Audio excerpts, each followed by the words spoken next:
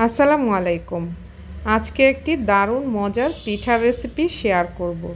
Recipe ভালো লাগলে পেজটিকে ফলো করে চ্যানেলটিকে সাবস্ক্রাইব করে রাখার অনুরোধ রইল।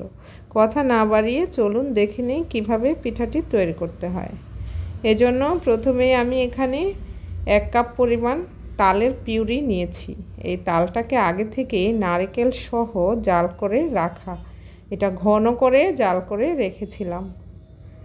এর মধ্যে আমি 1/2 কাপ পরিমাণ কোরানো নারকেল দিয়েছি আর 1 কাপ পরিমাণ ব্রাউন সুগার দিয়েছি। এখানে আপনি চিনি দিলেও হবে। এখানে একটি ডিম ভেঙে দিচ্ছি আর পরিমাণ মতো লবণ দিয়ে দিচ্ছি। এবার সবগুলো উপকরণ খুব ভালোভাবে মিশিয়ে নিতে হবে। এমনভাবে মিশিয়ে নিতে হবে যেন ব্রাউন চিনিটা খুব ভালোভাবে গলে যায়। এ পর্যায়ে 1 কাপ পরিমাণ ময়দা দিয়েছি। আর আপনার হাতের কাছে ময়দা না থাকলে আটা দিয়েও এই পিঠাটি তৈরি করতে পারবেন। তো 1 কাপ দেওয়ার পর খুব ভালোভাবে মিশিয়ে নিয়েছি। এখন আমি আরও 1 কাপ পরিমাণ ময়দা দিয়েছি। এবার আমি হাতের সাহায্যে খুব মসৃণ করে একটা ডো তৈরি করে নিব।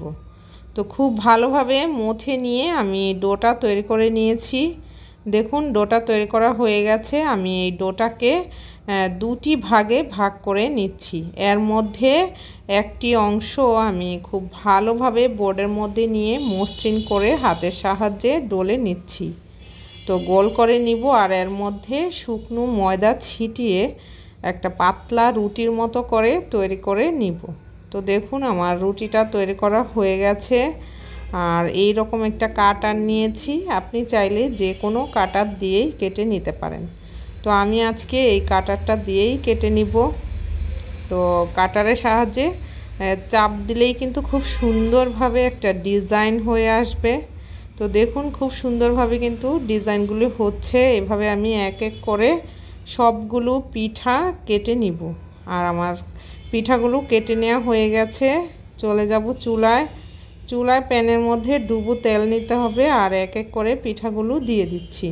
চুলা আঁচটা মিডিয়ামে রেখে এপিট ওপিট করে গোল্ডেন ব্রাউন করে ভেজে নিতে হবে। আর খেয়াল রাখতে হবে যেন পুড়ে না যায়।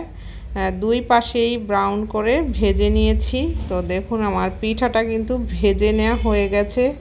খুব সহজেই কিন্তু দারুণ মজার একটি পিঠা তৈরি হয়ে গেল। এখন যেহেতু তালের সিজন আসছে, এই পিঠাটা তৈরি করে খাবেন। আর এই পিঠাটা খাওয়ার পর কেমন লাগলো সেটা কমেন্টে অবশ্যই জানিয়ে যাবেন। আর কি ধরনের রেসিপি পেতে চান সেটা কিন্তু কমেন্ট বক্সে জানিয়ে দিতে পারেন। আর রেসিপি ভালো লাগলে ফ্যামিলি এবং ফ্রেন্ডসদের সঙ্গে শেয়ার করে দিতে পারেন। দেখা হবে নেক্সট কোনো রেসিপিতে। আল্লাহ হাফেজ।